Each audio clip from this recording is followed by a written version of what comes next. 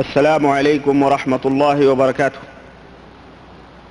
الحمد للہ نحمده ونستعینه ونستغفره ونؤمن به ونتوکل علیہ ونعوذ باللہ من شرور انفسنا ومن سیئات اعمالنا من يهده الله فلا مضل له ومن يضلله فلا هادي له ونشهد ان لا اله الا الله ونشهد ان محمدا عبده ورسوله اما بعد فإن خير الحديث كتاب الله وخير الهدي هدي محمد صلى الله عليه وسلم وشر الأمور محدثاتها وكل محدثة بدعة وكل بدعة ضلالة وكل ضلالة في النار. قال الله تبارك وتعالى في كلامه المجيد: أعوذ بالله السميع العليم من الشيطان الرجيم. بسم الله الرحمن الرحيم. يا أيها الذين آمنوا اتقوا الله حق تقاته ولا تموتن الا وانتم مسلمون. تمام قسم کی حمد و ثنا، کبریائی اور بڑائی اس اللہ وحدہ لا شریک کے لیے لائق و زیبا ہے جس نے ہمیں اور آپ کو پیدا فرمایا۔ درود و سلام اس ذات مبارکہ مقدسہ پر جو ساری کائنات کے لیے رشد و ہدایت بن کر کے تشریف لائے۔ حضرات گرامی قدر، معزز سامعین، نوجوان دوستوں، ساتھیوں اور بھائیوں،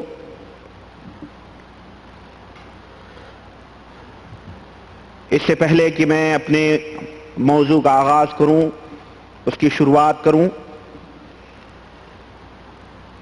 میں اپنے پچھلے موضوع کی تھوڑی سی وضاحت اور اس کی طرف تھوڑا سا اشارہ کر کے میں آگے بڑھوں گا کہ پچھلی تقریر میں یاد کریں اور اپنے ذہن کو تھوڑا ماضی کی طرف پلٹائیں کہ پچھلی تقریر میں صوفیاء کرام کے کچھ اوراد اور ان کے کچھ طریقوں کا ذکر کر رہا تھا، ان کے کچھ اصول اور ضابطوں کا ذکر کر رہا تھا کہ ان کے یہ قانون اور یہ ضابطے ہیں۔ چنانچہ 2-3 ضابطے میں نے آپ کے سامنے رکھے تھے، 2-3 اصول آپ کے سامنے رکھے تھے کہ صوفیہ کا یہ خاص اصول ہے، یہ خاص ان کے خطوات ہیں، درجات ہیں جن کے اوپر وہ چلتے ہیں۔ میں بیعت کے تعلق سے میں نے وہاں پہ اپنی بات ختم کی تھی کہ ان کا ایک طریقہ یا ایک اصول بیعت بھی ہے، اور بیعت کا معنی اور مفہوم میں نے آپ کے سامنے بیان کیا تھا، اور میں نے یہ بتلایا تھا اور وعدہ کیا تھا کہ اس تعلق سے کچھ واقعات، کچھ باتیں میں آپ کے سامنے رکھوں گا بیعت کے تعلق سے۔ چنانچہ اس کا معنی مفہوم آپ نے پچھلی تقریر میں سماعت کر لیا۔ یہ بیعت جو ہوتی ہے، جیسا کہ میں نے بتلایا تھا کہ یہ نبی کریم صلی اللہ علیہ وسلم کی طرف نسبت کی جاتی ہے کہ جس طرح سے آپ صلی اللہ علیہ وسلم نے صحابہ کرام سے بیعت لی، وہی سنت، اسی سنت کو زندہ کرتے ہوئے ہم جو ہے بیعت لے رہے ہیں۔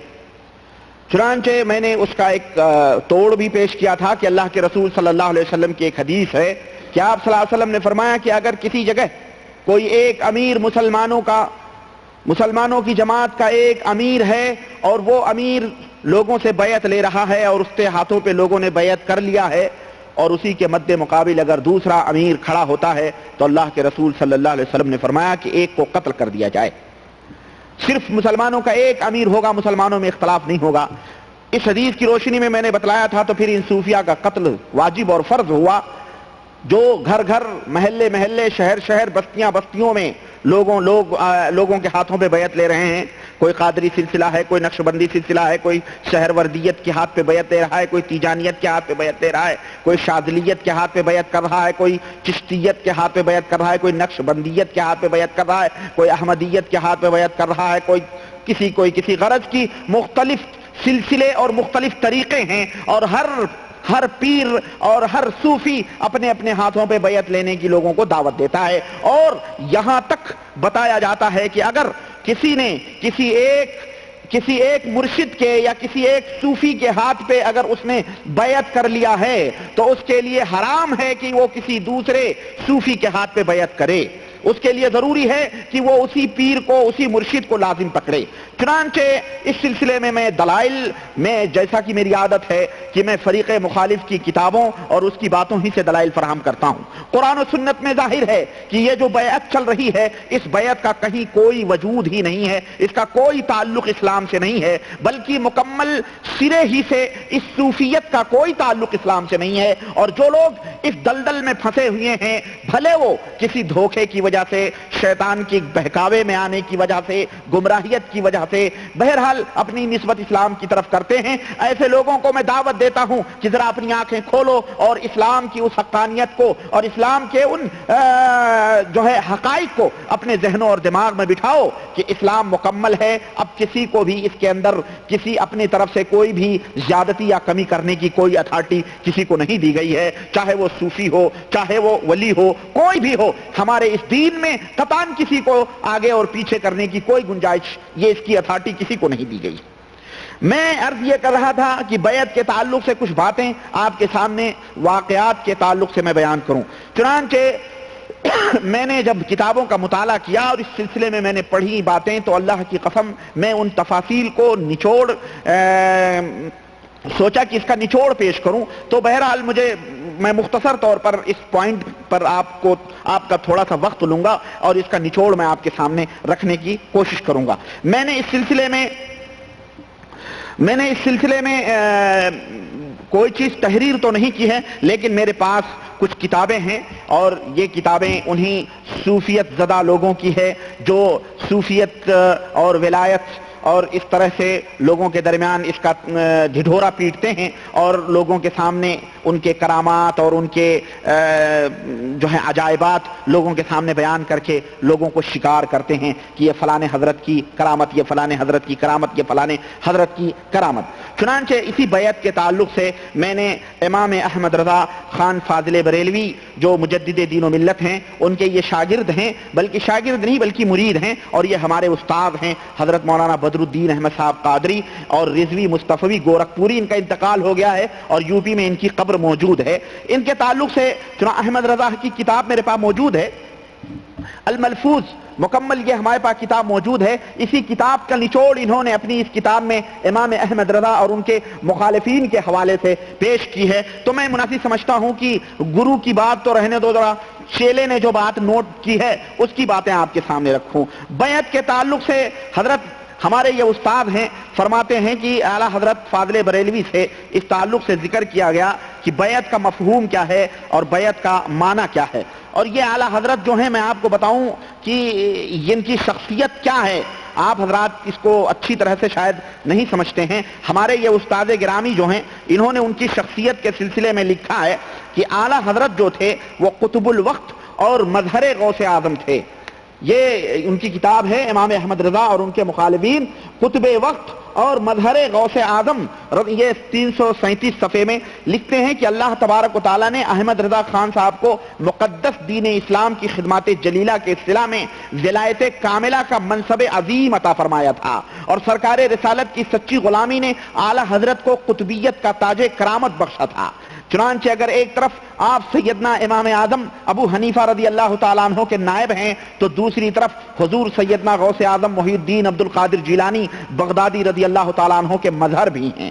چنانچہ کہتے ہیں کہ آپ کی ذات گرامی حضور غوث اعظم شہنشاہ بغداد رضی اللہ تعالیٰ عنہ کی تجلی گاہ تھی. خود حضرت اعلیٰ حضرت بیان فرماتے ہیں کہ انہوں نے ایک دفعہ خواب دیکھا, ان کے والد ماجد نے کمر پکڑ کر, کہتے ہیں میرے والد ماجد نے کمر پکڑ کر مجھے گھوڑے پہ بٹھایا, سوار کیا اور فرمایا 11 درجے تک تو ہم نے پہنچا دیا, آگے اللہ مالک ہے.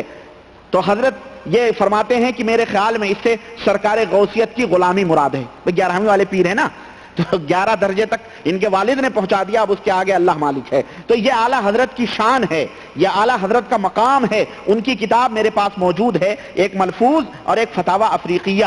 میں اس تعلق سے کچھ باتیں آپ کے سامنے رکھوں گا. چنانچہ ان کے فضائل میں یہ مرید صاحب جو ہیں ہمارے مصطفی رضوی بدر الدین صاحب گورکھپوری, ان کی کتاب یہ لکھتے ہیں کہ اعلیٰ حضرت کی شان کیا تھی. اعلیٰ حضرت کی شان یہ تھی کہ جیسا کہ میں نے بیان کیا کہ وہ قطبیت کے مقام اور مرتبے پہ فائز تھے. چنانچہ کہتے ہیں کہ سالکین تو سالکین مجازیب حضرات، مجازیب یہ مجذوب کی جمع ہے. مجذوب خود ہی تشریح کر رہے ہیں کہ مجذوب وہ ہیں جو شرعاً مرفوع القلم ہوتے ہیں. شرعاً مرفوع القلم ہوتے ہیں یعنی ان کے اوپر نماز ہے، روزے ہیں، حج ہیں، زکوٰۃ ہیں اور دیگر چیزیں ہیں، اخلاقیات ہیں، عبادات ہیں، بندگی ہے، اللہ وحدہ لا شریک کی کچھ بھی ہے. شرعاً مرفوع القلم یعنی ان سے سب معاف ہیں. مجذوب حضرات کون ہوتے ہیں؟ جن سے یہ شریعت کے جتنے بھی اصول اور قانون، عبادات، نماز، روزے، حج، زکوٰۃ، یہ تمام سب چیزیں کیا ہیں؟ معاف ہیں. یہ نہ کریں پھر بھی یہ ولی اللہ ہیں، یہ نہ کریں پھر بھی یہ ولی اللہ ہیں. کہتے ہیں کہ سالکین تو سالکین ہیں یعنی بڑے بڑے بزرگ، اولیاء تو اولیاء ہیں. یہ جو مرفوع القلم لوگ، پاگل مجنو دیوانے لوگ ہیں جن کے اوپر شریعت کا کوئی ذمہ داری ان کے اوپر نہیں ہے، وہ بھی آپ کی یعنی اعلی حضرت کی عظمت و رفعت کے سامنے جبین احترام کو خم کر دیا کرتے تھے. کہتے ہیں کہ ایک مجذوب دینا میاں تھے، ایک مجذوب واقعہ ذکر کر رہے ہیں کہ ایک مجذوب دینا میاں تھے جن کی زبان پوربی تھی، پوربی بھاشا تھی ان کی زبان. وہ صرف ایک لنگوٹی باندھے رہا کرتے تھے. سمجھ رہے ہیں لنگوٹی؟ سمجھتے ہیں نا؟ سادھوؤں کو دیکھا آپ نے؟ بھگوان کی تپسیا میں یہ بیچارے سردی ہو کہ گرمی ہو، برسات ہو کہ دھوپ ہو، کبھی بھی ان کو دیکھو 4 انگل کی ایک ناپاک لنگوٹی لپیٹے رہتے ہیں. پیشاب کرتے ہیں، ہگتے ہیں، موتتے ہیں، وہی لنگوٹی ان کی رہتی ہے. پوری گھسی ہوئی لنگوٹی اندر رہتی ہے، لنگوٹی ایک دم گھسی ہوئی رہتی ہے اور پورے ان کے سب نظر آتے ہیں. اللہ یہ بھگوان کی تپسیا کر رہے ہیں. بہرحال یہ ان کا دھرم ہے، دھرم تو نہیں ہے، بہرحال یہ ان کا اپنا پیشہ ہے. یہی صوفیت اور مجذوبیت. میں نے آپ کو بتلایا تھا کہ صوفی اور برہمن جو ہوتے ہیں یہ اصل میں ایک ہی حمام کے لوگ ہیں. یہ سب ایک حمام میں سب ننگے ہوتے ہیں، انہی سے عقیدے لیے گئے. تو کہہ رہے یہ مجذوب حضرت جو تھے دینا میاں، ان کی زبان پوربی تھی اور ایک لنگوٹی باندھے رہا کرتے تھے. لنگوٹی باندھے رہا کرتے تھے. اور آپ سمجھ لیں لنگوٹی سادھو سنت جو ہمارے ہاں رشی منی جو ہے مندروں کے اندر اور آشرموں کے اندر بیٹھے ہوئے تھے، ان کی لنگوٹیاں کیسی ہوتی ہیں. انہوں نے ایک مرتبہ ٹرین کو اپنی کرامت سے روک دیا تھا. اللہ اکبر. اوہو، نہ نماز، نہ روزہ، نہ حج، نہ زکوٰۃ. یہ فاسق و فاجر آدمی جو ننگا شریعت کا مذاق اڑاتا ہے، ان کی کرامت دیکھو حضرت بیان فرما رہے ہیں. یہ ان کے ولی اللہ ہیں. یہ جتنے بھی آپ دیکھیں نا، یہ ریت بہتے ہوئے اور کیچڑ نکلتے ہوئے آنکھوں سے، مغلظات بکتے ہوئے، اور مسلمانوں کی بھیڑ بھی رہتی ہے، اور کبھی درگاہوں پہ، کبھی سڑکوں پہ، کبھی روڈوں پہ، کبھی ریلوے. اکثر ایسے لوگ ریلوے اسٹیشنوں پہ ملتے ہیں. ہم بچپن میں انہیں جاسوس سمجھا کرتے تھے کہ یہ جاسوسی کرتے ہیں حکومت ہندوستان کی، اور پاکستان میں بھی ہیں یہ تمام سب مجذوب اس طرح سے گھومتے پھرتے ہیں، کبھی دمڑی لے کر کے، کبھی تسبیح گھڑوں میں، کبھی ننگے رہتے ہیں، ایک دم ننگے رہتے ہیں، ایک دم مادر زاد ننگے. ہم نے اسے بھی مجذوب دیکھا ہے نعوذ باللہ. اور ہم نے آپ کو بتلایا ہے کہ شاہ عبدالعزیز رحمت اللہ علیہ کے زمانے میں اس طرح کا مجذوب دلی کے اندر موجود تھا، خبیث. اور اس کو شاہ عبدالعزیز رحمت اللہ نے ذلیل کیا، جو اپنا عضو تناسل پکڑ کے مجذوب کہتا تھا، آسمان کی طرف اٹھا کے کہتا تھا کہ یہ اللہ کی الف نعوذ باللہ. اس طرح کے بھی ولی گزرے ہیں. اور ایسے لوگوں کو ولی اللہ، یہ ہمارے ہندوستانی، پاکستانی مسلمان، بنگلہ دیشی مسلمان اس کو ولی اللہ تصور کرتے ہیں. میرے عزیزو، یہ دیکھو ان کی کتاب ہے، یہ کوئی میں نے اپنی طرف سے نعوذ باللہ نہیں بنا رہا ہوں. اور انصاف کو آواز دو اور اسلام کو آواز دو کہ اسلام کہاں ہے، اسلام کہاں ہے. مسلمانوں آنکھیں کھولو. یہ دین، یہ احمد رضا خان کا دین ہے، یہ ہمارے استاد کی کتاب ہے. میں نے ان سے تعلیم حاصل کی ہے، میں نے ان کے سامنے زانوئے تلمس طے کیا ہے، ان کے ہاتھوں کو میں نے چوما ہے اور اس کو میں نے دیکھا ہے. یہ بہت بڑا اپنے آپ کو مجذوب، یہ بھی صوفی تصور کرتے تھے. یہ ہمارے استاد کی کتاب ہے. لکھتے ہیں کہ لنگوٹی باندھے رہا کرتے تھے. انہوں نے ایک مرتبہ ٹرین کو اپنی کرامت سے روک دیا تھا. شہر بریلی کے ہندو مسلمان سبھی ان کے نام سے واقف تھے. ایسے لوگ بھکاری مجذوب بنے ہوئے رہتے ہیں. ایک دن ان کا گزر محلہ سوداگران میں ہوا. یہ سوداگران کا جو محلہ ہے یہ اعلی حضرت کا محلہ کہلاتا ہے. آج بھی وہیں ان کی قبر ہے اور دادے اور ان کے پوتے پڑپوتے نواسے سجادہ نشین بنے ہوئے ہیں. اور ان کے ہاتھ پیر ہمارے ہندوستانی یہ قبر پرست جو مردوں کو چومتا ہے، ان کے ہاتھوں پیروں کو بھی چومتا ہے. یہ ایک دفعہ اس کا کوئی آیا تھا، اس کی تاریخ بھی ہے، میں کیا بتاؤں، چھوڑیں آپ. اعلی حضرت کی مسجد کے سامنے سے پہنچے، سوداگران کے محلے میں سے ان کا گزر ہوا، لنگوٹی بابا کا. سامنے پہنچے تو آپ کاشان اقدس سے تشریف لا رہے تھے. دیکھیں لفظ دیکھیں, کاشان اقدس, بالکل لکھنؤ کی بھٹیارنوں جیسے الفاظ ہیں, بالکل سمجھ رہے ہیں, کاشان اقدس. کبھی یہی کاشان اقدس نبی کریم صلی اللہ علیہ وسلم کے لیے استعمال کرتے ہیں, اور اپنے اعلیٰ حضرت 14 صدی کے اس مجدد دین بدعت کے لیے کاشان اقدس استعمال ہو رہا ہے. تشریف لا رہے تھے, دینا میاں آپ کو دیکھ کر بھاگے. وہ جو لنگوٹی پہنے ہوئے تھا مجذوب ولی اللہ, حضرت اعلیٰ حضرت کو دیکھ کے بھاگا. ایک گلی میں جا کے چھپ گئے. لوگوں نے کہا میاں کیوں بھاگتے پھرتے ہو؟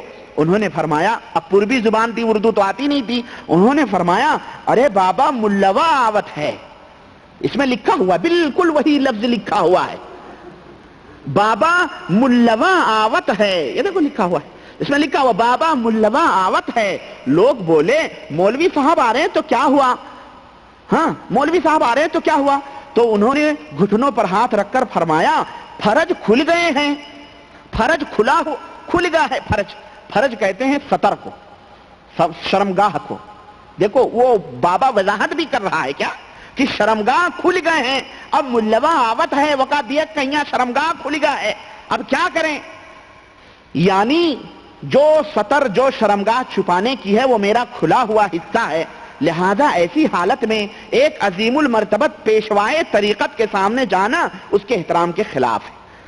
یہ واقعہ ہے بریلی شریف کے اس ولی اللہ کا جن کی کرامت ذکر کی گئی, جو اعلیٰ حضرت کے ولایت. یعنی کہنے کا مطلب یہ ہے کہ جو ہوش و حواس میں صوفیہ ہیں ان کا مقام تو اعلیٰ حضرت کا مقام ان کی آنکھوں پہ پوشیدہ نہیں ہے. یہ پاگل مجنون مجذوب ولی اللہ جو ہیں, جو مرفوع القلم ہیں, وہ بھی حضرت اعلیٰ حضرت کو پہچانتے ہیں. اور ظاہر ہے ہمارے ہاں فارسی میں مثل ہے کہ جنس را جنس می شناشد, جنس کو جنس ہی پہچانتا ہے, گدھے کو گدھا ہی پہچانے گا, بکری کو بکری ہی پہچانے گی, گھوڑے کو گھوڑا ہی پہچانے گا, شیطان کو شیطان ہی پہچانے گا. اور اس قسم کے ولی اللہ ایسے اپنے ہی قسم کے ولی اللہ کو پہچانیں گے. سمجھ یار. ایک اور واقعہ مجذوب کا ذکر کیا ہے اعلیٰ حضرت نے اپنی کتاب ملفوظات کے اندر, اس کو انہوں نے ذکر کیا ہے. کہتے ہیں کہ بریلی میں ایک مجذوب حضرت بشیر الدین آخوند زادے کی مسجد میں رہا کرتے تھے. ایک بریلی میں مجذوب رہا, اور جو شخص ان کے پاس جاتا, مسجد میں رہا کرتا تھا. یہ بزرگ مجذوب کون تھے؟ یہ مسجد میں رہتے تھے, اور جو شخص ان کے پاس جاتا تو کم سے کم 50 گالیاں سناتے.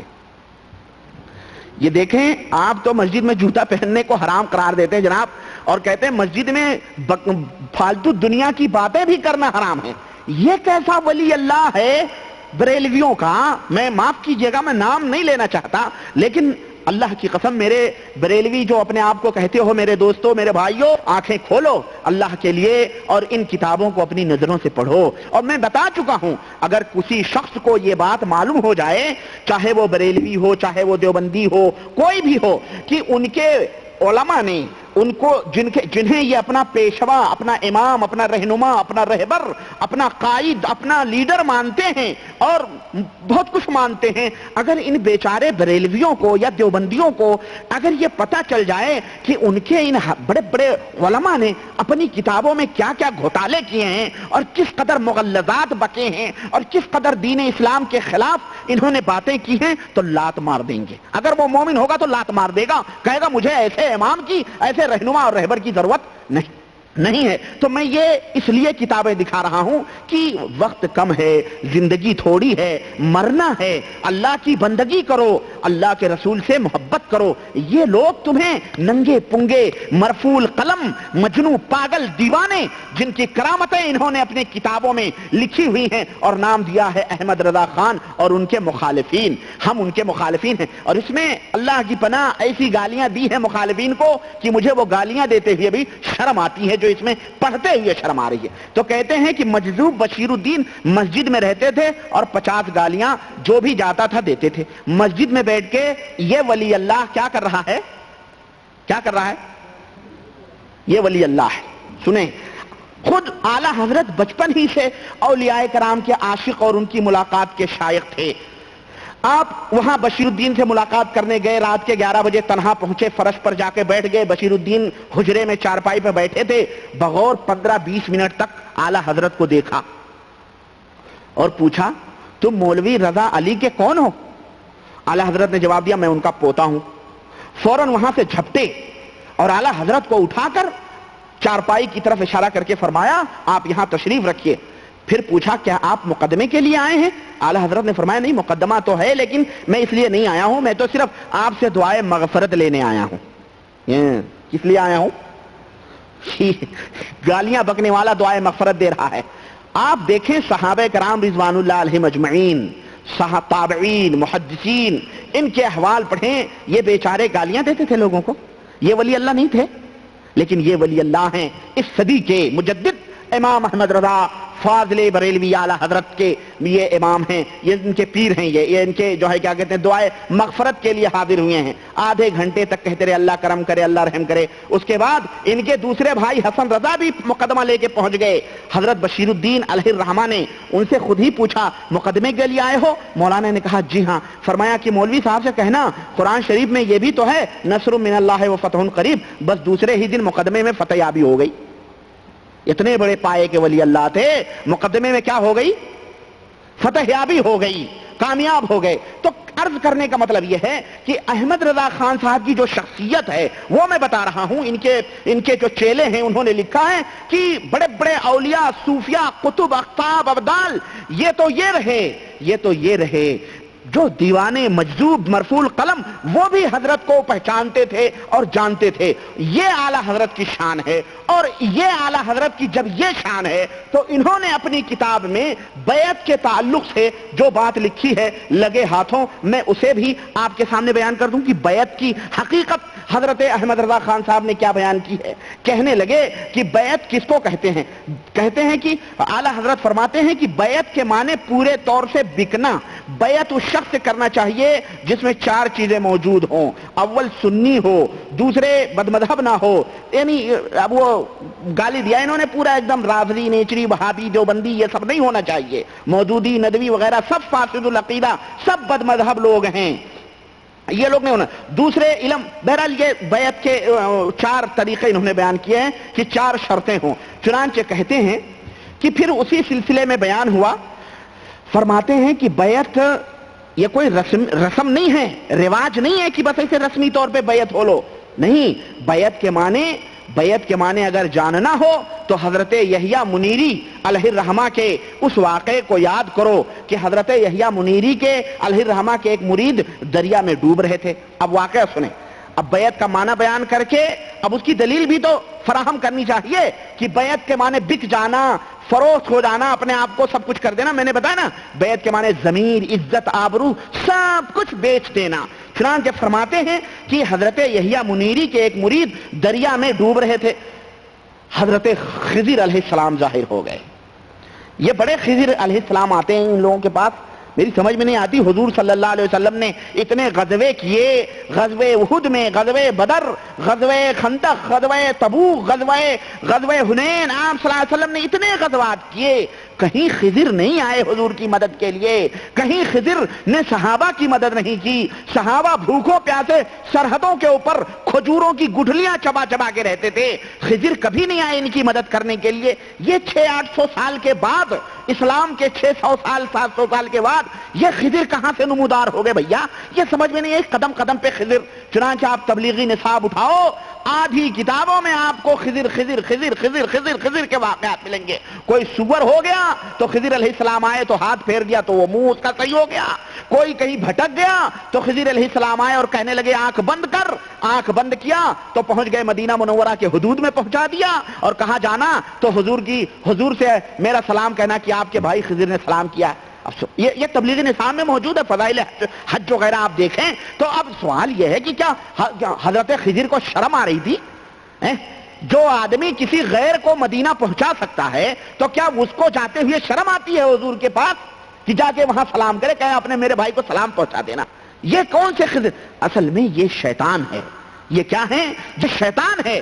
قرآن اور حدیث میں اس کا کہیں کوئی وجود نہیں ہے. حضرت خضر علیہ السلام حضرت موسیٰ علیہ السلام کے زمانے میں تھے, اور حضرت موسیٰ علیہ السلام کی وفات ہوئی, اسی میں ان کی بھی وفات ہو گئی, کیونکہ کل نفس ذائقۃ الموت, ہر نفس کو موت کا مزہ چکھنا ہے, ہر نفس کو موت کا مزہ چکھنا ہے. اور اگر یہ کہا جائے کہ حضرت خضر زندہ ہیں تو پھر اس کا ثبوت چاہیے کہ وہ نبی کریم صلی اللہ علیہ وسلم کے پاس آ کر انہوں نے حضور کے ہاتھوں پہ بیعت بھی کی ہو، حضور کے ساتھ جہاد بھی کیا ہو، حضور کے صحبتوں میں بھی بیٹھے ہو، اگر وہ نبی تھے صالح تھے اور وہ زندہ تھے تو انہیں حضور کے پاس آنا چاہیے تھا، لیکن کہیں کوئی مائی کا لال کوئی ثبوت نہیں پیش کر سکتا ہے کہ حضرت خضر سے نبی کریم صلی اللہ علیہ وسلم سے ملاقات ہوئی ہو اور انہوں نے آ کر کے بیعت کی ہو، کہیں نہیں ہوتا ہے۔ تو یہ اور جن لوگوں نے نبی کے ہاتھوں پہ بیعت کی اور نبی کے اوپر ایمان لائے وہی لوگ مسلمان ہیں، مومن ہیں۔ اور حضرت خضر جب پوری دنیا اور آسمان میں چکر لگا سکتے ہیں تو مدینہ کیوں نہیں حضور کے پاس آ کر کے جو ہے کیا کہتے ہیں حضور کے ہاتھوں پہ بیعت کر سکتے ہیں؟ کیوں نہیں کر سکتے؟ سوال یہ ایسے اور بھی اس قسم سے سوالات ہیں۔ بہرحال میں اس موضوع کے اوپر کبھی مزید تفصیلی روشنی ڈالوں گا اس خضر کے واقعے پر۔ المہم کہنے کا مطلب یہ ہے کہ ہر جگہ خضر علیہ السلام پہنچ جا رہے ہیں، صحابہ کے دور میں نظر نہیں آئے، تابعین کے دور میں نظر نہیں آئے، ائمہ کی مدد انہوں نے نہیں کی، یہ پدی کے شوربوں کی مدد کرنے کے لیے یہ فلانے صوفی فلانے بزرگ کی مدد کرنے کے لیے آ رہے ہیں۔ چنانچہ کہتے ہیں کہ حضرت خضر ظاہر ہوئے، فرمایا یحییٰ منیری کے مرید سے کہا، فرمایا کہ اپنا ہاتھ دے، اپنا ہاتھ مجھے دے، تجھے نکال دوں۔ ان کے مرید نے عرض کیا، کوئی ایرا گیرا مرید تھوڑی تھا بھائی، یہ دیکھو مرید، کہا اس نے کہا یہ ہاتھ حضرت یحییٰ منیری کے ہاتھ میں دے چکا ہوں، اب دوسروں کو نہیں دوں گا۔ اوہو، حضرت خضر کیا بیعت کے لیے مانگ رہے تھے؟ اس مردود کو نکالنے کے لیے حضرت خضر نے، اگر صحیح واقعہ لکھا ہے، نکالنے کے لیے ہاتھ مانگ رہے تھے۔ ایسے ایسے جاہل صوفی مرید اجہل جو یہ نہ سمجھیں کہ بیعت کے لیے ہاتھ مانگ رہے ہیں یا تجھے نکالنے کے لیے ہاتھ مانگ رہے ہیں، ایسے ذہن سے اور عقل سے کورے لوگ تھے یہ۔ اس نے کہا نہیں، یحییٰ منیری کے ہاتھ میں دے چکا ہوں، اب دوسروں کو نہیں دوں گا۔ حضرت خضر علیہ السلام اتنا سن کے غائب ہو گئے۔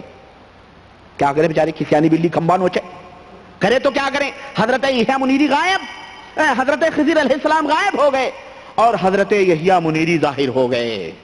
اللہ اکبر، یہ طاقت ہے اولیاء اللہ کی۔ دیکھ رہے ہیں، مرید وہاں دل میں سوچ رہا ہے اور پیر اڑ کے پہنچ رہا ہے۔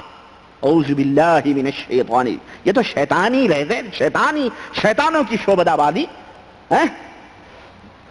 اور ان کو نکال لیا۔ الملفوظ حصہ دوم صفحہ 41، یہ ملفوظ حصہ دوم صفحہ 41 احمد رضا خان صاحب کی کتاب سے ان کے چیلے نے نوٹ کیا ہے۔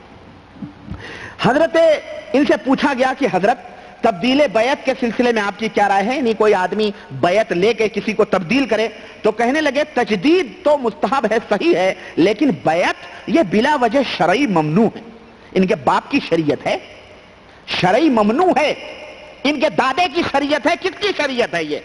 یہ ہیں وہ شرعی ممنوع۔ ہر اپنی طرف سے انہوں نے دین کو بگاڑا ہے، ایک نیا دین بنایا ہے۔ شریعت وہ ہے جو کتاب اللہ اور سنت رسول اللہ صلی اللہ علیہ وسلم کے اندر ہے۔ یہ جس کو چاہتا ہے شرعی حلال کرتا ہے اور جس کو چاہتا ہے شرعی ممنوع قرار دیتا ہے۔ کون سی شریعت ہے یہ؟ کون سی شریعت ہم کو بتائے؟ یہ ان کی یہ شریعتیں ہیں۔ چنانچہ یہ بیعت کے تعلق سے چند حقیقتیں میں نے آپ کے سامنے رکھی، اور بھی ہیں، اور بھی میں آپ کو بتاؤں۔ یہ دیکھیں میرے پاس کتاب ہے، یہ فتاوی افریقیہ، اس کا نام ہے فتاوی افریقیہ، مجدد اعظم امام احمد رضا فاضل بریلوی پتہ نہیں کیا قدس اللہ سرہ وہ کیا ہے، اللہ خیر کرے۔ بیعت کے تعلق سے بہت ساری باتیں انہوں نے اس سلسلے میں ذکر کی، اور یہ میری اپنی کتاب نہیں، فاروقیہ بک ڈپو جامع مسجد دلی، اور جو ہے مٹیا محل جامع مسجد دلی، یہ ان کی کتاب ہے احمد رضا خان صاحب کی۔ کہتے ہیں کہ جب بیعت آدمی کر لیتا ہے کسی مرشد کے ہاتھ پہ تو اس کا فائدہ کیا ہوتا ہے؟ کہتے ہیں کہ بے شک اولیاء کرام دنیا اور آخرت قبر و حشر میں اپنے متوسلین کے شفیع و مددگار ہوتے ہیں، یعنی جو ان سے وسیلے پکڑتے ہیں ان کے شفیع اور مددگار ہوتے ہیں۔ امام عارف باللہ سیدی عبدالوہاب شارانی قدس سرہ عبود محمدیہ میں فرماتے ہیں کہ کل من کان متعلقا بنبی او رسول او ولی فلا بد ان يحضره وياخذ بيده في الشدائد، کہ جو کوئی کسی نبی یا رسول یا ولی کا متوسل ہوگا، یعنی ان سے مدد کا طلبگار ہوگا، ان کا وسیلہ لیتا ہوگا، تو کیا ہوگا؟ ضرور ہے کہ وہ نبی وہ ولی اس کی مشکلوں کے وقت تشریف لائیں گے اور اس کی دستگیری فرمائیں گے۔ اور یہ مولانا سیدی عبدالوہاب شارانی کون ہے معلوم ہے آپ کو؟ مولانا سیدی عبد الوہاب شارانی، کچھ نہیں یاد آ رہا ہے آپ کو؟ کچھ یاد آ رہا ہے سیدی عبد الوہاب؟ نہیں کھاٹ والا نہیں ہے یہ سیدی عبد الوہاب شارانی جو ہیں، یہ سیدی عبد الوہاب شارانی یہ وہ ہیں حجرہ شریف والے، لونڈی والے ہیں یہ، جن کے بارے میں امام احمد رضا مجدد دین و ملت فاضل اعلی حضرت فاضل بریلوی نے فرمایا ہے کہ سیدی احمد کبیر کی مجلس میلاد مصر میں ہوتی ہے، مزار مبارک پر آپ کی ولادت کے دن ہر سال مجمع ہوتا ہے اور آپ کا میلاد پڑھا جاتا ہے۔ امام عبد الوہاب شارانی التزام کے ساتھ حاضر ہوتے ہیں، چنانچہ وہ واقعہ ذکر کیا کہ تاخیر ہو گئی تو حضرت سید احمد بدوی کبیر اپنے قبر سے ہاتھ نکال کے وہ چادر اٹھا کے دیکھتے ہیں اور پوچھتے ہیں ان اولیاء کرام سے جو مزار مبارک کے ارد گرد مراقبے میں بیٹھے تھے۔ مزار مبارک کے ارد گرد کہاں بیٹھے تھے؟ مراقبے میں بیٹھے تھے، چادر اٹھا کے دیکھ رہے ہیں اور پوچھ رہے ہیں عبد الوہاب آیا، عبد الوہاب آیا، عبد الوہاب آیا؟ تو انہوں نے کہا حضور نہیں آیا۔ جب یہ پہنچ گئے تو لوگوں نے جو اولیاء کرام مراقبے میں بیٹھے تھے انہوں نے اطلاع دی کہ حضور آ گئے۔ تو انہوں نے پوچھا کہ حضور کو اطلاع ہو جاتی ہے؟ امام شارانی نے پوچھا کہ حضور کو آنے کی اطلاع ہو جاتی ہے؟ تو کہتے ہیں کہ اطلاع ہوتی ہے۔ انہوں نے فرمایا اطلاع کیسی؟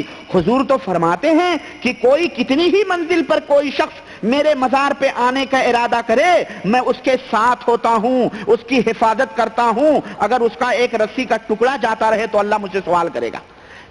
دیکھ رہے ہیں جھوٹ، ایک طرف پوچھ رہا ہے عبد الوہاب آیا، عبد الوہاب آیا، عبد الوہاب آیا، اور دوسری طرف دعویٰ دیکھ رہے ہیں کہہ رہا کوئی کہیں بھی ہو مجھے پتا ہوتا ہے، اس کی حفاظت کرتا ہوں، اس کا سب کچھ کرتا ہوں، اس کے ساتھ ہوتا ہوں۔ یہ کیا ہے؟ یہ دونوں دعووں میں تضاد ہے کہ نہیں تضاد ہے؟ ٹکراؤ ہے کہ نہیں ٹکراؤ؟ یہ اس طرح سے جھوٹ۔ یہی عبد الوہاب ہیں، یہی عبد الوہاب ہیں کہ سیدی عبد الوہاب اکابر اولیاء میں سے ہیں۔ حضرت سیدی احمد بدوی کبیر کے مزار پر بہت بڑا میلہ اور ہجوم ہوتا تھا، یہ پہنچے اسی میلے میں دیکھتے دیکھتے حضرت کے مزار کی زیارت کے لیے، اور میلے میں کوئی چھوکری کے اوپر ان کی نظر پڑ گئی، تاجر کی کنیز کے اوپر نگاہ پڑ گئی، فوراً نگاہ پھیر لی کہ حدیث میں ہے کہ پہلی نگاہ معاف ہے۔ پھر اب دل ہے کہ مانتا نہیں ہے کہ نہیں، اب پھر نظر دوڑائی حضرت کے اوپر، پھر نظر دوڑائی تو پھر پھیر لی، بہرحال وہ لڑکی پسند آ گئی۔ حضرت مزار شریف پر پہنچے تو ارشاد ہوا، قبر سے سیدی احمد کبیر کی قبر سے آواز آئی کہ عبد الوہاب وہ لونڈیا پسند ہے؟ یہ احمد رضا خان صاحب کی کتاب ہے، کنیز مانے لونڈی، اور لونڈیا کر لو۔ عرض کی ہاں اپنے شیخ سے کوئی بات چھپانا نہیں چاہیے۔ ارشاد فرمایا حضرت سیدی احمد بدوی کبیر نے مزار مقدس سے ارشاد فرمایا جاؤ میں نے وہ لونڈی تم کو ہبہ کر دی۔ کیا کر دی؟ ہبہ کر دی۔ اب آپ خاموش ہیں اور دل میں سوچ رہے ہیں لونڈیا تو اس کنیز کی ہے جو میلے میں گھوم رہی ہے، میلے میں یہی لوگ جاتے ہیں نا، آج بھی میلوں میں ہمارے ہاں دیکھیں ہندوستان پاکستان کے مزارات کے اوپر آپ کو 25% مرد نظر آئیں گے، 75% رنگ برنگی شکلوں میں یہ جو ہے ہر جگہ دعوت نظارہ دیتی ہوئی عورتیں نظر آئیں گی۔ افسوس کا مقام ہے، افسوس کا مقام ہے مسلمانوں، افسوس کا مقام ہے، اللہ کے گھروں کو چھوڑ کر اللہ کی مسجدوں سے تم نے تالے لگوا کر انہیں مزاروں کے حوالے کیا ہوا ہے، اور مزاروں کے اوپر یہ اللہ کی باندیاں کمزور ضعیف الاعتقادات اور جو ہر طرف سے جو ہے مسکین، انہیں تم نے مزاروں کے حوالے کیا ہوا ہے، اور میلے میں جا رہی ہیں لپسٹک مار کے اور جناب عالی فیشن کر کے، میک اپ کر کے، سروں سے دوپٹے غائب، سینٹ پرفیوم لگا کے دعوت نظارہ دینے جاتی ہیں۔ کوئی ادھر دھکا ہم نے دیکھے ہیں، ہمارے یہاں میلے لگتے تھے بابا کے یہاں، اور آپ لوگ بھی ماشاءاللہ جانتے ہوں گے، ہمیں بتانے کی ضرورت نہیں ہے اس سلسلے میں، کیوں ہے کہ نہیں؟ چاہے وہ کچھوچا ہو، چاہے وہ بہرائچ ہو، چاہے وہ گلبرگہ ہو، چاہے وہ اجمیر ہو، چاہے وہ داتا گنج حجویری کا لاہور ہو، چاہے وہ پاک پٹن ہو، چاہے وہ ملتان ہو، چاہے وہ چراغ دلی ہو، چاہے وہ حضرت نظام الدین ہو، چاہے وہ کوئی بھی ہو، ہر جگہ۔ اور کچھوچے میں تو باقاعدہ رنڈیاں جناب عالی قوالیاں گاتی ہیں۔ ایک سال تو انہوں نے باقاعدہ منع بھی کیا کہ رنڈیوں کو قوالیاں گانے کی ضرورت نہیں، انہوں نے کورٹ میں باقاعدہ اپیل کی کہ ہمیں کون ہوتے ہیں یہ روکنے والے، اور جیت گئیں۔ عدالت نے فیصلہ دے دیا تم بھنگڑے تم ناچ کر سکتی ہو وہاں پہ. تو جناب عالی اس طرح کی حقیقتیں ہیں. تو یہ صوفیہ کہنے کا مطلب یہ ہے کہ یہ آج کی کوئی نئی بات عورتوں کو میلے میں جانے کی نہیں ہے، بلکہ یہ پرانی بات ہے. اعلیٰ حضرت 100 سال پہلے کے ہیں. یہ فرماتے ہیں کہ میلے میں لونڈیا پسند آ گئی. بہرحال واقعہ سنیں. کہتے ہیں کہ اب یہ سوچنے لگے لونڈیا تو اس تاجر کی ہے جو میلے میں گھوم رہی ہے اور ہبہ حضرت فرما رہے ہیں. بات کچھ سمجھ میں نہیں آئی. اتنے میں وہ تاجر مزار پہ حاضر ہوا، لونڈیے کے ساتھ حاضر ہوا، اور اس نے وہ کنیز اس مزار کے ہبہ کر دی. ہبہ مطلب دان کر دیا ہے، یعنی لونڈیا دان کر دی.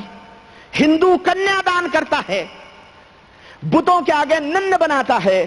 سادھو اور اس کو کیا کہتے ہیں جو یہ بنتی ہیں، سادھو نہیں بنتی ہیں یہ تو. بہرحال جیسے ہمارے ہاں بہت 2-3 ہیں سادھوی ماتھری اور کون سادھوی ہیں نا، جو انگارے اگلتی ہیں طوائفیں مسلمانوں کے خلاف. ان کے لیکچروں کے اندر جو بی جے پی بھارتی جنتا پارٹی کے اندر وہ جو ہے وہ سب کرتی ہیں، ان کو ہندی میں کہتے ہیں جو کنیا دان ہوتی ہیں.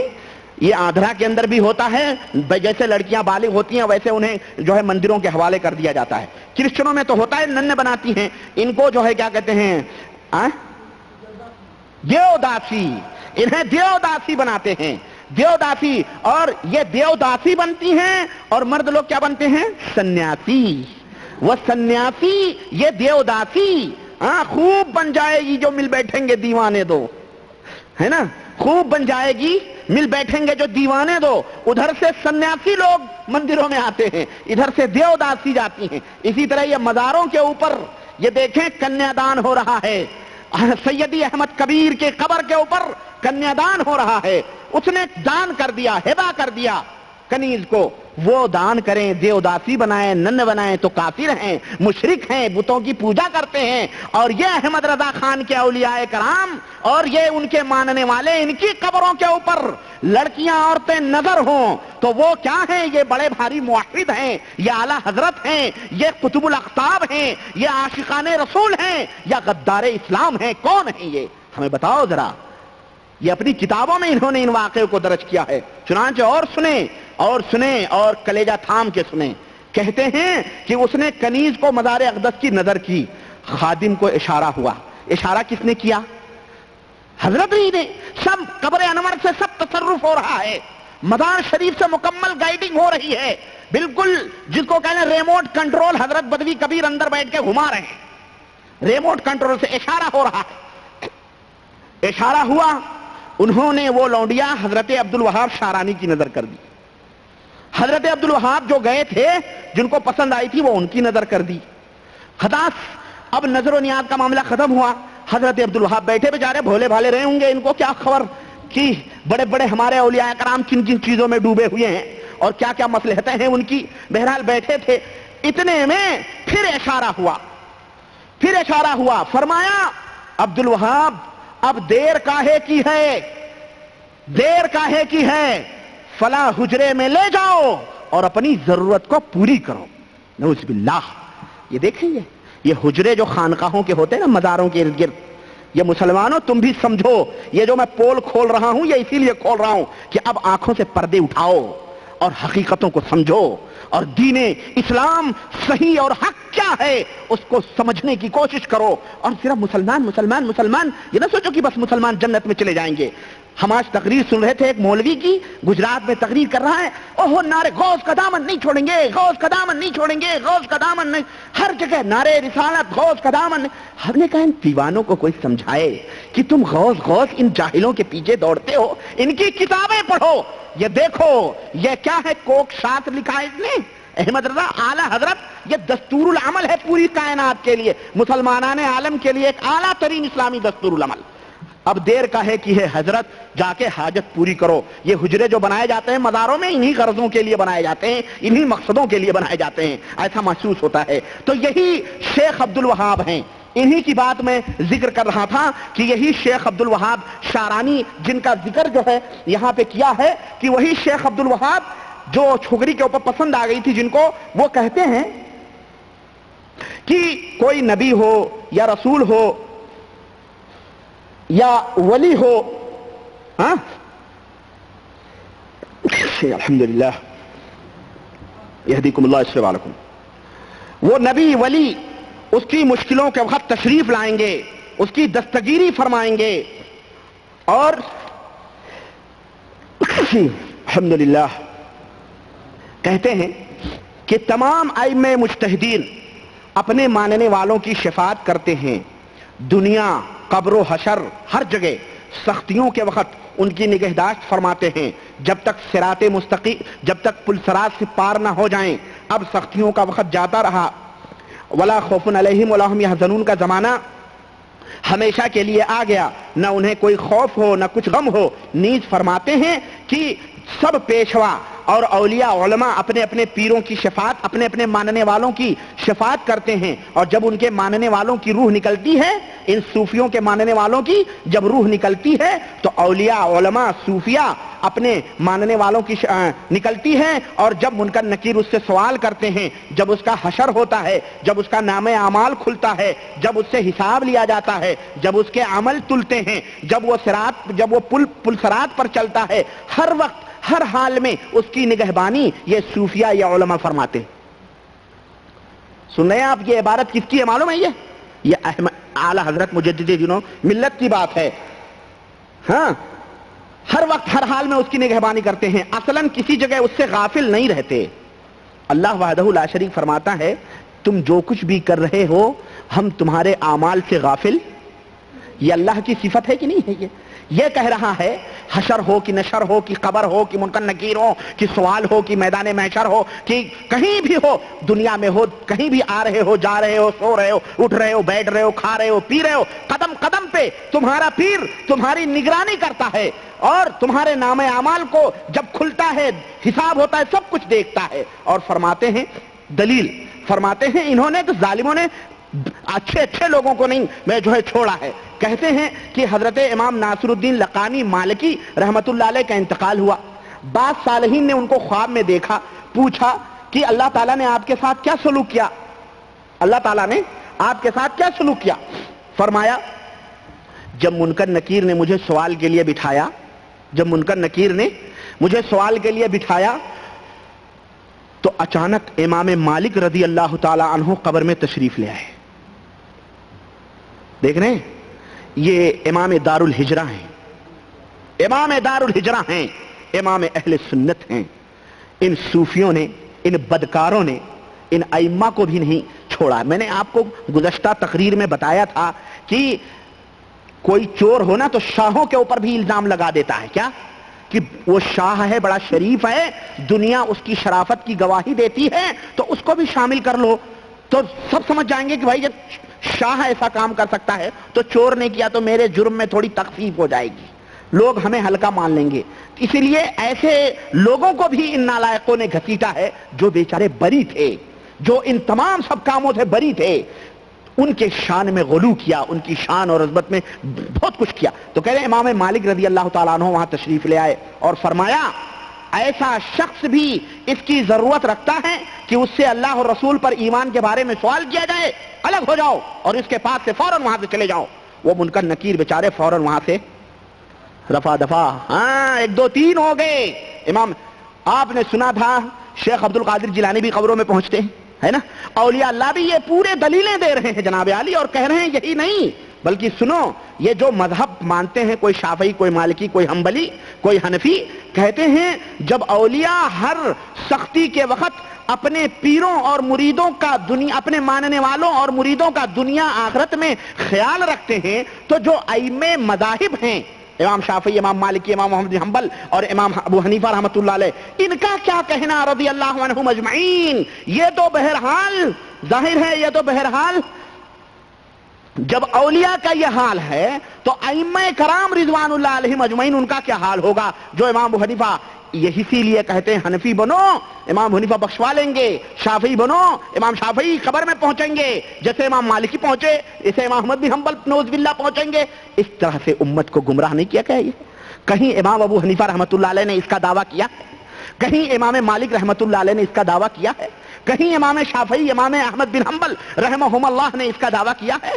ہرگز نہیں، ہرگز نہیں، ہرگز نہیں۔ یہ ان ائمہ کے اوپر، ان ائمہ کے اوپر بہتان لگانا ہے۔ ان بیچارے معصوم نہیں، بلکہ یہ بے گناہ بیچارے اس جرم سے یہ بری تھے، ان ظالموں نے انہیں بھی نہیں بخشا اور ان کے اوپر اتنا بڑا اتہام اور بہتان لگایا ہے۔ اور اسی لیے میں کہتا ہوں جب امام ابو حنیفہ جنت میں جائیں گے، امام شافعی جنت میں جائیں گے انشاءاللہ، امام مالک جنت میں جائیں گے، امام احمد بن حنبل رحمۃ اللہ علیہ انشاءاللہ جنت میں جب جائیں گے تو پھر یہ نہ سوچو کہ ہم میں بھی گھسیٹ کے جنت میں لے جائیں گے، لات مار دیں گے۔ تم نے جو فقہ بنا کے، تم نے جو گڑھ گڑھ کر کے مسائل ان بیچاروں کے اوپر تہمتیں لگائی ہیں، اور مسائل تو مسائل رہے، اب تم نے ایمان اور عقیدے میں بھی ان کو مجرم، ان کو جو ہے گرداننا شروع کیا ہے۔ میرے عزیزوں کوئی کام نہیں آئے گا اس وقت، نہ امام ابو حنیفہ آئیں گے نہ امام شافعی آئیں گے، کہیں انہوں نے یہ بات نہیں فرمائی ہے۔ یہ تمام سب دعوے جھوٹے ہیں، تمام سب دعوے باطل ہیں، یہ اللہ اور اس کے رسول کے دین میں اپنی طرف سے ملانا ہوا۔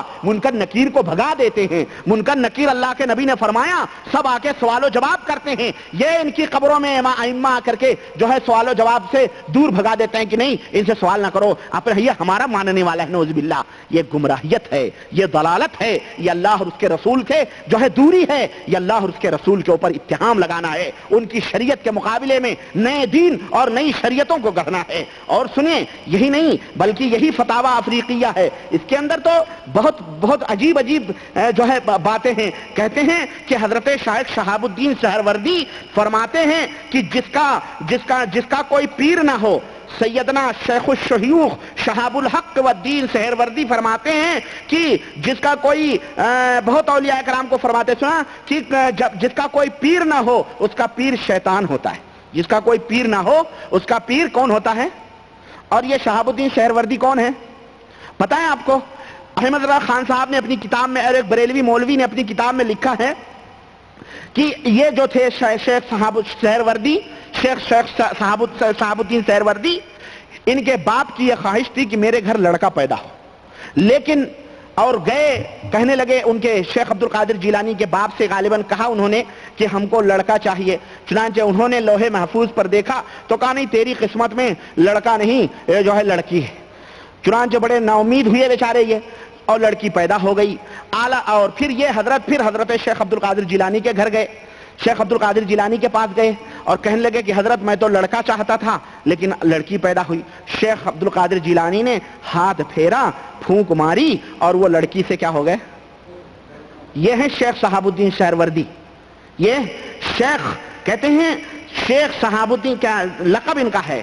شیخ شہاب الدین سہروردی، شیخ الشیوخ یعنی شیخوں کے شیخ، شہاب الحق والدین سہروردی قدس سرہ عوارف المعارف شریف میں فرماتے ہیں یہ سہروردی۔ چنانچہ وہی احمد رضا خان صاحب یا ان کے چیلے لکھتے ہیں اپنی کتاب کے اندر کہ یہ لڑکا تو ہو گئے لیکن ان کی جو چھاتیاں تھیں زندگی بھر عورتوں کی چھاتیاں لٹکتی رہیں ان کے اوپر۔ یہ چھاتیاں نہیں جب انہیں لڑکی سے لڑکا بنا سکتے چھاتیاں نہیں غائب ہو سکتی تھی؟ ڈاکٹر لوگ بتائیں، ڈاکٹر لوگ ہیں بھائی، ایسے بھی ہارمون ہے، پتہ نہیں انجیکشن لگا دو سب غائب ہو جاتا ہے۔ اور آج کل تو باقاعدہ سائنس لڑکیوں سے لڑکے تبدیل کر دیتی ہے، لڑکے کو لڑکا بنا دیتی ہے، لڑکیاں بنا دیتی ہیں، اس طرح کے دعوے کرتے ہیں نعوذ باللہ۔ تو کہتے ہیں، اور اسی طرح سے حضرت سیدنا بایزید بستامی رضی اللہ فرماتے ہیں کہ جس کا کوئی پیر نہیں اس کا امام شیطان ہے۔ تو ان صوفیوں نے، غرض کہنے کا مطلب یہ ہے کہ یہ بیعت کا جو ایک جال انہوں نے بچھایا ہوا ہے دنیا کے اندر، اور دنیا کے مسلمانوں میں جو انہوں نے اس طرح کے جو ہے بیانات دے کر کے لوگوں کو دھڑکایا ہے کہ نہیں بیعت کرو، اور للچوایا بھی ہے، جہاں انہیں ڈرایا ہے بیعت نہیں کرو گے تو شیطان فرقے میں جاؤ گے، تمہارا امام شیطان ہوگا، تمہارا پیر شیطان ہوگا، اور اگر بیعت کر لو گے تو للچوایا بھی ہے کیا کہ دنیا میں آخرت میں ہر جگہ تمہاری مدد کریں گے، تمہارے میدان محشر میں آئیں گے، پل صراط پہ آئیں گے، قبر میں آئیں گے، منکر نکیر کے وقت آئیں گے، اللہ حساب و کتاب لے گا تب آئیں گے، میزان کے اوپر تولا جائے گا تب آئیں گے، جنت و جہنم کا جب فیصلہ ہوگا تب آئیں گے، اور دنیا میں تمہیں سکھ دیں گے، تمہیں مشکلات دور کریں گے۔ اس طرح سے مسلمانوں کو اس طرح سے انہوں نے جو ہے کیا کہتے ہیں للچوایا ہے کہ اس طرح سے مسلمان ان صوفیوں کے فریب میں آئیں، تو یہ صوفیوں کا گروہ ہے جو اپنے آپ کو اہل سنت کا لیبل لگا کے ہمارے ہندوستان میں، پاکستان میں، بنگلہ دیش میں اور اس طرح سے اور دوسری مقامات پر اہل سنت والجماعت کا لیبل لگا کے یہ چادر اوڑھ کر کے اور اس طرح سے لوگوں کو گمراہ کر رہے ہیں۔ غرض کہنے کا مطلب یہ ہے کہ مگر اگر میں ایک ہی پوائنٹ کے اوپر گفتگو کروں نا تو میں سمجھتا ہوں 3-4 دن لگ جائیں گے میرے عزیز۔ میں چاہتا ہوں کہ مختصر طور پر ان کی ہر ایک تاریخ آپ کے سامنے رکھوں۔ تو یہ بیعت کے تعلق سے اس طرح سے ان کی یہ تاریخ رہی ہے، اور چنانچہ اب آپ کو میں بتاؤں کہ یہ رہی بیعت۔ آگے بڑھتے ہیں۔ ان کا چوتھا وصول ہے اوراد اور وظائف، یعنی جب کوئی مرید ہوتا ہے تو انہیں خصوصی طور پر وظائف دیے جاتے ہیں، وظیفے پڑھو، یہ وظیفہ ہم نے اپنے اللہ سے لیا ہے، یہ تمہیں قرآن میں نہیں ملیں گے، یہ وظیفے تمہیں احادیث میں نہیں ملیں گے، بلکہ حدثنی قلبی عن ربی، میرے دل نے میرے رب سے گفتگو کی ہے اور اس سے ہم نے اس کو حاصل کیا ہے، چنانچہ اس طرح سے انہیں خاص قسم کے وظیفے پڑھائے جاتے ہیں۔ اللہ اللہ ہی ہی ہی ہی ہو اس طرح سے کہتے ہیں یہاں سے نکالو، داہنے سے نکالو اور بائیں سے منڈی جھٹکو، اور اس طرح سے تمہاری رگ رگ میں وہ اللہ اللہ ہی ہی ہی ہی ہو بس جائے اور یہ رچ بس جائے، اور اس طرح سے تم فنا فی اللہ ہو جاؤ گے اور ولایت کے اس مقام پر فائز ہو جاؤ گے کہ تمہارے سامنے سے سارے پردے جو ہے ہٹ جائیں گے اور تمہارے سامنے اللہ وحدہ لا شریک تجلی فرمائے گا، بلکہ تم اپنی آنکھوں سے اللہ کو دیکھو گے، اللہ تم سے ہمکنار ہوگا۔ سمجھ رہے ہیں؟ یہ عبادت کے طریقے جہاں نہ قرآن میں ہیں، نہ حدیث میں ہیں، کہیں بھی نہیں، نہ اللہ نے بتلائے نہ رسول نے بتلائے، ان ظالموں نے گڑھ کے اللہ کے اوپر بھی اتہام لگایا، اس کے نبی کے اوپر بھی افترا انہوں نے بتائی۔ چنانچہ یہ جتنی بھی دعائیں ہیں اکثر و بیشتر اس میں شرک سے خالی نہیں ہیں، ان میں مردوں کو پکارنا، روحوں سے مدد طلب کرنا، اپنے بزرگوں کا وسیلہ پکڑنا، ان سے مدد طلب کرنا، ان کی روحوں سے فیض حاصل کرنا۔ کوئی مشکل آئے قبر شریف کے پاس جاؤ، مراقبے میں بیٹھ جاؤ، جیسا کہ ابھی میں نے بتایا سید احمد بدوی کبیر کی قبر کے اعلیٰ حضرت فرماتے ہیں کہ سید احمد بدوی کبیر کے قبر کے ارد گرد اولیاء کرام مراقبہ فرما رہے تھے۔ یہ ان کے اولیاء کرام ہیں جو قبروں کے ارد گرد کیا کرتے ہیں؟ مراقبے فرماتے ہیں۔ اللہ کے نبی نے کیا کبھی حضرت کہیں بھی صحابہ کرام نے بھی اللہ کے نبی کی قبر کے پاس کبھی مراقبہ کیا ہے؟ ہم کو بتاؤ ذرا مسلمانوں، کوئی ایک گڑھی بھی حدیث بتا دو کہ حضرت ابو بکر، حضرت عمر، حضرت عثمان، حضرت علی رضوان اللہ علیہم اجمعین، جنہوں نے اس اسلام کو آگے بڑھایا اور جن کی دعوت و تبلیغ اور ان کے جہاد سے افریقہ کے صحراؤں میں نعرے تکبیر کی آوازیں گونجی، انہوں نے ان مصیبتوں کے اوقات میں کیا کبھی نبی کی قبر کے پاس مراقبہ کیا؟ ازواج مطہرات نے مراقبہ کیا، صحابیات نے مراقبے کیے، اور اس طرح سے تابعین تبع تابعین نے، یا امام ابو حنیفہ نے، امام شافعی، امام مالک، امام بن حنبل رحمہ اللہ، امام اوزاعی، امام نخعی، امام بخاری، امام ترمذی، امام نسائی، امام ابو داؤد اور دیگر ائمہ محدثین اور ائمہ کرام نے کیا کبھی نبی کریم کے قبر کے پاس مراقبے کیے؟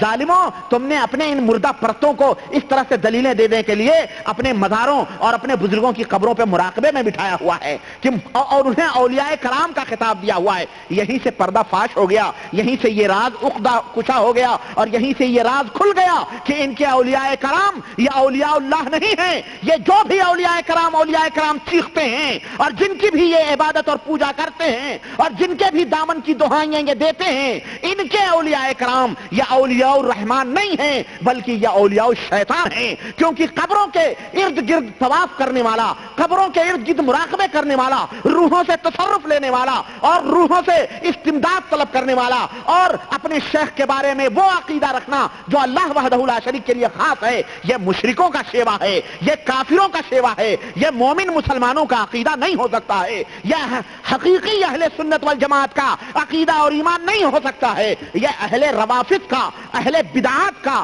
اہل خرافات کا، یہ اہل شیعہ کا اور اسی طرح سے گمراہ اور باطل اور کافر اور مشرکوں کا عقیدہ ہے، یہ مسلمانوں کا عقیدہ نہیں ہو سکتا ہے۔ تو یہ اوراد اور یہ وظائف انہیں سکھائے جاتے ہیں، اور اس طرح سے ان وظیفوں کا اور ان وردوں کا انہیں پابند بنایا جاتا ہے۔ چنانچہ کہا جاتا ہے کہ یہ حزب، یہ ضرب فاطمی ہے، یہ حزب فاطمی ہے، یہ حزب تیجانی ہے، یہ حزب شاذلی ہے، یہ حزب قادری ہے، یہ حزب چشتی ہے۔ اس طرح سے حزب دعاؤں کے مقرر کرتے ہیں، اور باقاعدہ ان وظیفوں کو ادا کرنے کے لیے ایک خاص ماحول بنایا جاتا ہے، اور وہ خاص ماحول ہوتا ہے، اس کے لیے ایک وقت مقرر ہوتا ہے، ایک ٹائم مقرر ہوتا ہے، جگہ مقرر ہوتی ہے، اور ان حق ہو کرنے کے لیے باقاعدہ جناب عالی خانقاہ کے حجرے بنائے جاتے ہیں، اجتماعی طور پر سب جمع ہوتے ہیں۔ مولانا منظور نعمانی ایک بڑے جید عالم گزرے ہیں، لکھنؤ کے ہیں، الفرقان کے ایڈیٹر تھے، ابھی حال میں ان کا انتقال ہوا ہے۔ ان کی ایک کتاب ہے تصوف کیا ہے، اس کے اوپر 3 مولویوں نے لکھی ہے، ایک منظور نعمانی صاحب نے، ابو الحسن ندوی نے، اور ایک اور مولوی ہے کوئی۔ انہوں نے باقاعدہ تصوف کو ثابت کرنے کی کوشش کی ہے کہ تصوف یہ اسلام کا اصل مغز ہے اور اسلام کی حقیقی روح ہے۔ چنانچہ انہوں نے اپنے اس کتاب میں باقاعدہ اس بات کو لکھا ہے کہ اس کے لیے خانقاہ کے اندر جب میں اس بزرگ کے پاس گیا تو دیکھا کہ کمرے کے اندر بیٹھے ہوئے 15-20 نوجوان حق ہو کی ضربیں لگا رہے ہیں اور مشقیں چل رہی ہیں، یوگائیں چل رہی ہیں، ریاضتیں چل رہی ہیں، تو میرے دل میں نفرت پیدا ہوئی۔ المہم بعد میں یہ خود انہوں نے کہا کہ اگر لوگ تصوف کی حقیقت کو سمجھ جائیں تو اس کے دامن سے چمٹ جائیں اور اس اسلام کی حقیقی روح اور اس کی لذت سے آشنا ہو جائے، نعوذ باللہ۔ ہم کہتے ہیں کہ تصوف یہ اسلام نہیں بلکہ یہ کفر ہے، تصوف بے دینی ہے، تصوف دلالت ہے، تصوف گمراہیت ہے، تصوف جس طرح کمیونزم، سوشلزم، شیوعیت، رافضیت، بدھزم، زردشتیت، برہمنیت اور جس طرح سے اور دیگر تحریکیں اور باطل نظریات اور باطل خداؤں کی طرف دینے کے لیے مذاہب پیدا ہوئے، اسی طرح صوفیزم بھی پیدا ہوا جس نے اسلام کے مد مقابل ایک نئے دین کو گڑھا اور لوگوں کے سامنے اور ہمارے ملکوں میں ہندوؤں کے سامنے اس دین کو پیش کیا۔ اور یہ کوئی آخری لیکچر میرا نہیں ہے، ان کے عقیدے کیا ہیں، ان کے اقوال کیا ہیں، یہ میں انشاءاللہ تعالی اگلے محاضروں میں لاؤں گا۔ آج میں صرف یہ چند نقاط جو ہیں ان کے وصول اس کے اوپر میں روشنی ڈال رہا ہوں۔ تو اس طرح سے میرے دوستو، اس طرح سے ان کو جو ہے پیش کیا گیا ہے، اسلام کی تاریخ کو، اسلام کی تعلیمات کو، قرآن و سنت کو ڈائنامنٹ کرنے کے لیے اور اسلام کو اس دنیا سے مٹانے کے لیے یہ ایک یہودیانہ سازش ہے جس کے اندر بڑے بڑے مولوی اور بڑے بڑے علامہ، بڑے بڑے مفکر ملت گمراہ ہو گئے اور اس دلدل میں پھنسے اور آج تک پھنسے ہوئے ہیں۔ اور اللہ سے ہم یہی دعا کرتے ہیں، اللہ ایسے مفکر و ملت کو مفکر دین، مفکر قرآن و سنت بنائے اور انہیں ان دلدلوں سے نکال کر حقیقی اسلام سمجھائے، اور اللہ تبارک و تعالیٰ انہیں صراط مستقیم پہ چلنے کی توفیق عطا فرمائے اور ان کی آنکھوں سے ان پردوں کو ہٹائے جو عقیدت و محبت کی آڑ لے کر کے انہوں نے جو ہے اپنوں کو بھی، اپنے نفس کو بھی اور لوگوں کو بھی گمراہ کر رکھا ہے۔ تو اس طرح سے باقاعدہ بلند آواز سے ضربیں لگائی جاتی ہیں، مشقیں کی جاتی ہیں، یوگا کیے جاتے ہیں، خاص الفاظ ہوتے ہیں، خاص حرکات ہوتے ہیں، جھومنا، ناچنا، تالیاں بجانا، حال آنا، وجد آنا، اور آپ نے دیکھا ہوگا مزاروں کے اوپر جو قوالیاں ہوتی ہیں، قوال گا رہا ہے اور جناب عالی رقص ہو رہا ہے، جھوم رہے ہیں، کون بابا ہیں؟ یہ فلانے جگہ کے سجادہ نشین ہیں، یہ فلانے جگہ کے پیر صاحب ہیں، یہ فلانے ولی اللہ ہیں، یہ فلانے بزرگ ہیں، چمٹے بج رہے ہیں، ڈھول کی تھاپ پر اور جو ہے موسیقی کی آواز پر ان کو حال آتا ہے، ان کے اوپر کسی کے اوپر سواری آتی ہے، کسی کے اوپر شہید بابا آئے، کوئی فلانے بابا آئے، کسی کے اوپر خواجہ اجمیری آتے ہیں، کسی کے اوپر جبریل آتے ہیں نعوذ باللہ، کسی کے اوپر فلانے آتے ہیں، ناپاک عورتیں بھی اس قسم کے دعوے کرتی ہیں اور باقاعدہ یہ مزاروں کے اوپر ہوتے ہیں، اس کے اوپر گواہی اور شہادت اور پیش کرنے کی کوئی ضرورت نہیں ہے۔ اللہ اگر آپ کو توفیق دے، اولاً توفیق ہی نہ دے، لیکن اگر آپ کو اس نظریے سے دیکھنا ہے تو اس نظریے سے جا کے اپنے ملکوں میں ان شرابی گھجیڑیوں کے اڈوں کو جا کے دیکھو جنہیں ولایت ولی اللہ کا مقام دیا گیا ہے۔ تو غرض کہنے کا مطلب یہ ہے، طبلے، سارنگیاں اور حفوات و بکواس بکے جاتے ہیں اور ہر ذکر کا ثواب متعین کیا جاتا ہے کہ یہ وظیفہ پڑھو گے تو اتنا ثواب ہے، یہ وظیفہ پڑھو گے اتنا ثواب ہے، صلاۃ غوثیہ پڑھو گے تو اتنا اجر ہے، صلاۃ فاتح کہتا ہے تیجانی، یہ تیجانی کہتا ہے کہ حضور میرے پاس آئے اور زندہ آئے اور حضور نے ہمیں کہا یہ صلاۃ فاتح پڑھو، تمہیں ایک دفعہ پڑھو گے 50,000 قرآن پڑھنے کا ثواب تمہیں ملے گا.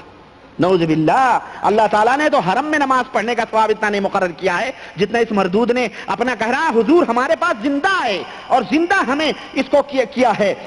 اسی طرح سے جاگتے میں حضور کا دیدار، فلانے کا دیدار، ڈھانے کا دیدار، جو ہوتا ہی رہتا ہے. اس کے اندر تو بہت سارے لوگ پھنسے ہوئے ہیں. تو یہ رہا وظیفے اور اوراد کا. پانچویں چیز ہے خلوت، تنہائی، گوشہ نشینی. لوگوں میں رہو گے توجہ بٹے گی. خلوت میں بیٹھو، تنہائی میں بیٹھو، کسی غار میں، کسی ویران میں، کسی صحرا میں، اور کسی قبر، ٹوٹی پھوٹی قبر میں، دریا کے کنارے، ساحل پر، ٹوٹے پھوٹے کنویں کے پاس، اور جہاں کوئی ایسا باغ جہاں کوئی نہ جاتا ہوتا ہو، صحرا ہو، وہاں جا کے 40 دن تک یا 10 دن تک حق ہو کے چلے مارو. سمجھ رہے ہیں؟ یہ چلے کی بڑی عجیب و غریب داستان ہے. چھوڑیں بہرحال، آپ لوگ سمجھدار ہیں. چلے مارنے کا جو چلتا ہے نا، یہ چلے مارو، اتنے چلے مارو، اتنے چلے مارو. یہ چلے بھی ان چیلوں کو چلانے کے لیے چلے دیے جاتے ہیں. سمجھ رہے ہیں؟ یہ چالیں ہیں چلوں کی، یہ چالیں ہیں، شیطانی چالیں. تو اس طرح سے کہتے ہیں کہ خلوت کے، اور اس خلوت میں رہنے کے 26 شرطیں ہیں. میں ان شرطوں کو، وہ وصایا قدسیہ جو شہاب الدین سہروردی، جن کا ذکر ابھی میں نے کہا، جن کی چھاتیاں عورتوں جیسی تھیں، جنہیں غوث پاک نے عورت سے مرد بنایا تھا، انہوں نے کتاب لکھی ہے وصایا قدسیہ. اس کتاب کے اندر وہ ذکر موجود ہے. کہتے ہیں خلوت میں بیٹھے تو پہلے کیا کرے؟ جب خلوت میں جائے کسی جگہ تو پہلے شیخ کی روح کو آواز دے، ان سے مدد مانگے، ان کا تصور کرے، اور اتنی انہماک کے ساتھ ذکر کرے کہ اللہ خود بخود اس کے سامنے آ جائے. استغفر اللہ. نمبر 3 شیخ کا تصور کرے. نمبر 4 خلوت جو ہو وہ اجالے میں نہ ہو، تاریکی میں ہو. اجالے میں نہ ہو، بلکہ ہمارے یہاں بڑے بڑے پروفیسر ہیں پاکستان کے، نام نہیں لوں گا میں، بہت بڑے پروفیسر، بتیاں بجھا کے تصور ہوتا ہے.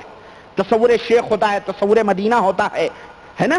فیضان سنت کے الیاس قادری کا ٹیم نکلی ہے ہری پٹیوں والی، باقاعدہ تصور مدینہ ہوتا ہے. محفلوں کی بتیاں گل کر کے تصور کرایا جاتا ہے، تو بیداری میں حضور کی زیارت ہوتی ہے. ان شیطانوں کو اللہ انہیں سمجھے، اللہ انہیں ہدایت دے. بس جنہوں نے اس طرح سے اللہ تبارک تعالیٰ کے اس دین کو بدنام کیا ہے ظالموں نے. اتنے بڑے ہو تو کشمیر کو کیوں نہیں آزاد کروا لیتے؟ جو سر پہ لدا ہوا ہے، بڑے بھاری ولی اللہ کی نگاہیں اٹھا دیں تو انگار لگ جائے، انگار کے اوپر نظر اٹھا دیں تو جناب علی وہ پانی ہو جائے. کیوں نہیں آزاد کروا لیتے؟ یہ ہمارے ملکوں کے ولی اللہ مل کے بیت المقدس کیوں نہیں آزاد کرا؟ یہ مٹھی بھر اسرائیل عربوں کے ناکوں میں ان خبیثوں نے دم کیا ہوا ہے، ان کو کیوں نہیں ہلاک برباد کر دیتے؟ کیوں؟ بیچ میں سمندر ہے اس لیے نہیں آ پاتے ہیں کیا؟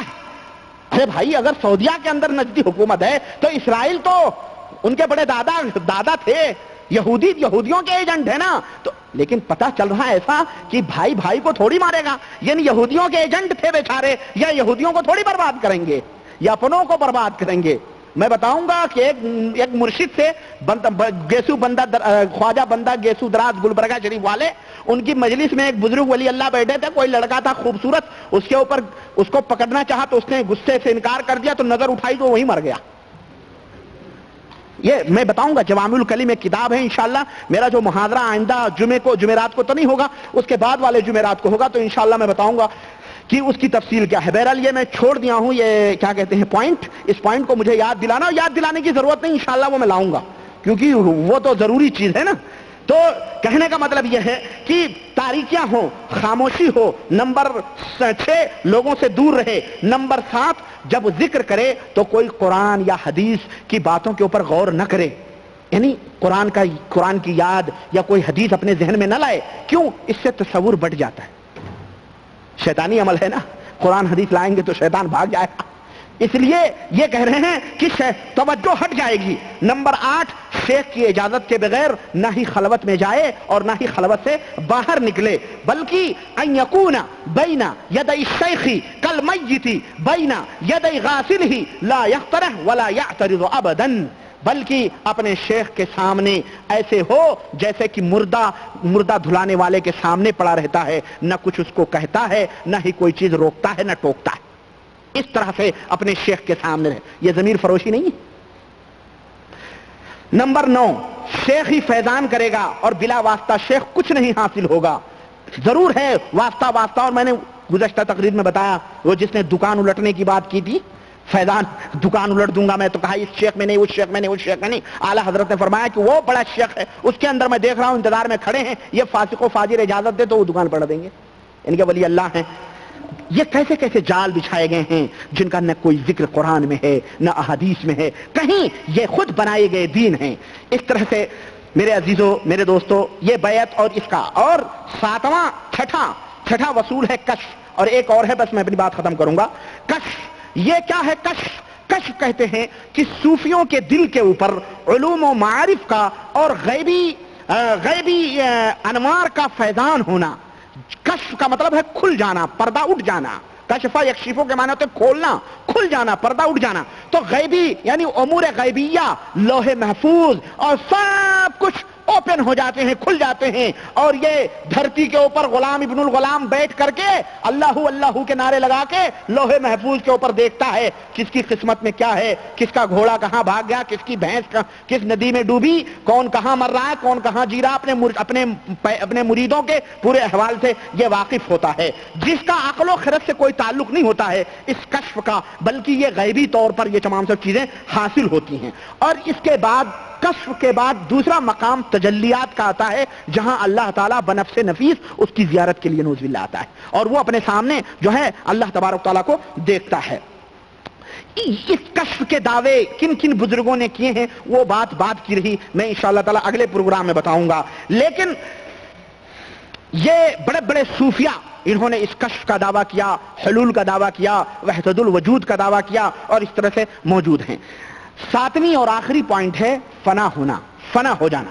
یعنی نہ تم رہو نہ میں رہوں، فنا ہو جاؤ، ایک دوسرے میں مل جاؤ. اس طرح سے فنا. چنانچہ یہ میرے پاس کتاب ہے، امام احمد رضا خان صاحب بریلی کے مرید ہیں. فنا فی الشیخ کا مقام اور مرتبہ بتاتے ہوئے کہتے ہیں کہ اعلیٰ حضرت سے پوچھا گیا کہ حضور فنا فی الشیخ کا مرتبہ کیا ہوتا ہے، کس طرح حاصل ہوتا ہے؟ تو ارشاد فرمایا کہ یہ خیال رکھے کہ میرا شیخ میرے سامنے ہے اور اپنے دل کو اس کے دل کے نیچے تصور کرے. یہ شیخ کا دل ہے مثلا اور یہ مرید کا دل ہے، یعنی اپنے دل کو شیخ کے دل کے نیچے تصور کرے. اس طرح سمجھے کہ سرکار رسالت مآب کے فیض و انوار شیخ کے دل پر وارد ہو رہے ہیں اور اس شیخ سے چھلک کر اس مرید کے دل پہ گر رہے ہیں. سنیں، پھر کچھ عرصے کے بعد میں جب یہ کرے گا، دیکھیں یہ جو جادوگر ہوتے ہیں نا، ان جادوگروں کو کوئی آپ نہیں سوچیں کوئی کلمہ ہوتا ہے، کوئی بات ہوتی ہے جو وہ بکتے ہیں، نہیں. یہ بڑے ہی شیطان ان کو بڑے عجیب طرح سے گمراہ کرتا ہے. یہ جو چلے مارتے ہیں جادوگر لوگ، کہتے ہیں سفلی علم رکھتا ہے، یہ رکھتا ہے، ان کو ایسے نہیں ملتا ہے، شیطان آزماتا ہے. چنانچہ دیکھیں کہہ رہے ہیں کہ پھر کچھ عرصے کے بعد یہ حالت ہو جائے گی کہ شجر ہو کہ حجر ہو، در ہو کہ دیوار ہو، ہر طرف شیخ کی صورت صاف نظر آئے گی. چاروں طرف سے درختوں کے اوپر بھی نظر دوڑائے گا تو اس کا شیخ بیٹھا ہوا نظر آئے گا. گھر میں بھی در و دیوار پہ رہے گا تو اس کا شیخ نظر آئے گا. جس طرف نظر دوڑائے گا، پتھروں میں، ذروں میں، ہر جگہ اسے شیخ ہی شیخ نظر آئے گا، صاف نظر آئے گا.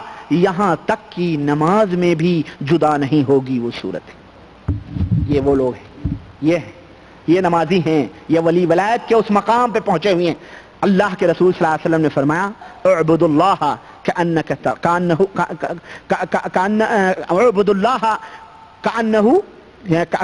تراہ، اللہ کی عبادت ایسے کرو جیسے کہ تم اللہ کو دیکھ رہے ہو.